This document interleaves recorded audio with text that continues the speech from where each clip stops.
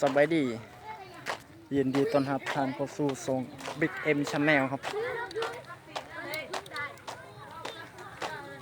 มาเดินเล่นสนามกีฬา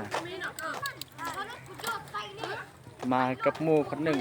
หมู่ชื่อกัญชาครับ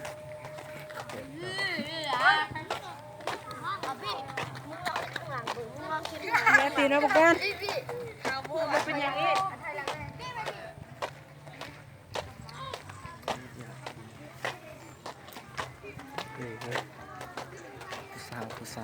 ผู้สาวดูผู้สาวเลยผู้สาวเบิ่งดูผู้สาวข้างหน้าเบิ่งบ่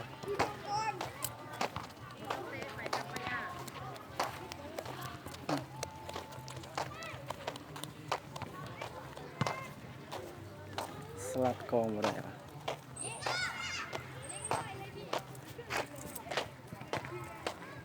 แข่งกัน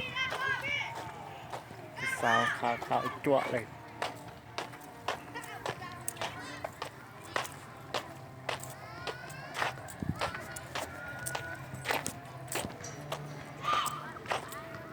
ถ้าผมได้ลืมกดไลค์กดแชร์กดกระทืบกูด้วยยอมกดไลค์กดแชร์กับผมเชียร์